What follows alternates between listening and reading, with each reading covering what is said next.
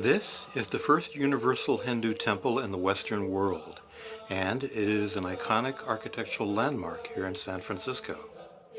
It was founded in 1900 by Swami Vivekananda, a disciple of the Indian sage Sri Ramakrishna. The architecture on the roof of the temple symbolizes the belief in Vedanta that the truth is one.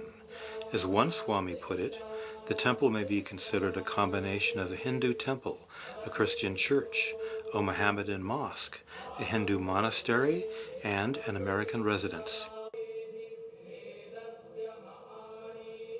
Today I will interview Swami Tattwamayananda, the current minister of the Vedanta Society of Northern California. Advaita Vedanta is a monistic philosophy. It holds that the ultimate reality is to be found by yourself, in yourself, as yourself. Today, Swami Tattwamayananda will talk about how truth, or God, can only be experienced, but not explained.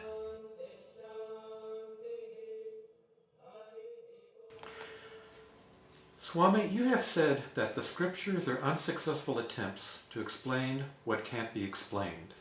And then you go on to say, but while they can't explain reality, they, the scriptures, can remove wrong notions. Yeah. Can you elaborate on this? Yeah, the fundamental principle is the truth, the absolute reality is beyond words, beyond explanations, beyond definitions, beyond descriptions. So all scriptures are only attempts to explain what is really beyond explanation. All scriptures are only approximations. Even the great Mahavakyas or statements are all just approximations. They are one step below the experience of which they are talking about. So in Vedanta, it is the principle is called Sarva Pramana Avati, means beyond all tools of knowledge, beyond all epistemological tools of knowledge.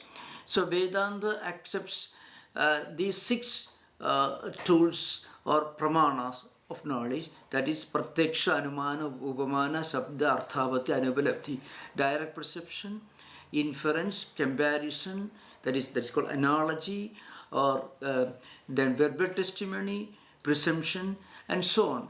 So one important thesis in Advaita Vedanta is that truth cannot be explained or understood through any of these tools of epistemology, because it can only be experienced as experience. It can only be understood as experience. So another very important principle in Vedanta that is very profound. It's an important principle in Vedantic hermeneutics. That is called Panja Sabda Pravritti Nishedha. That means 5 conditions of verbalization. So you can explain something only either by explaining its properties or colors, or its connection, or its relationship, or what it is. I should give an example. See, suppose you want to explain a person, you can say, he is my brother, he is my uncle, or he is a musician, he is an artist. So in terms of your connection, your relationship, or his profession, his karma, so sambandha and kriya. And also you can try to explain a person by his external look. Like a flower, you explain it is red flower, green flower, white flower, and so on.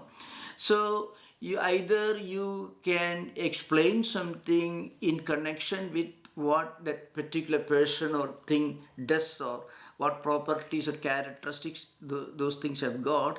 Some kind of connections or characteristics you need. Now, Atman or Brahman, the absolute reality, or what you call consciousness in modern English, cannot be explained either by its properties, its connection, its actions, or any of the external characteristics. It can only be experienced as Antaryami, as the divine reality present in all of us. And the same divine reality is present everywhere. So when we reach that level of experience, we feel the truth so intimate to us. It is something that we discover within ourselves. So it can never be explained, it can never be verbalized, it can never be defined, it can only be experienced. In fact, the genesis of Meister Eckhart's negative theology, via negativa, can be found on the seventh mantra of Mandukya Upanishad.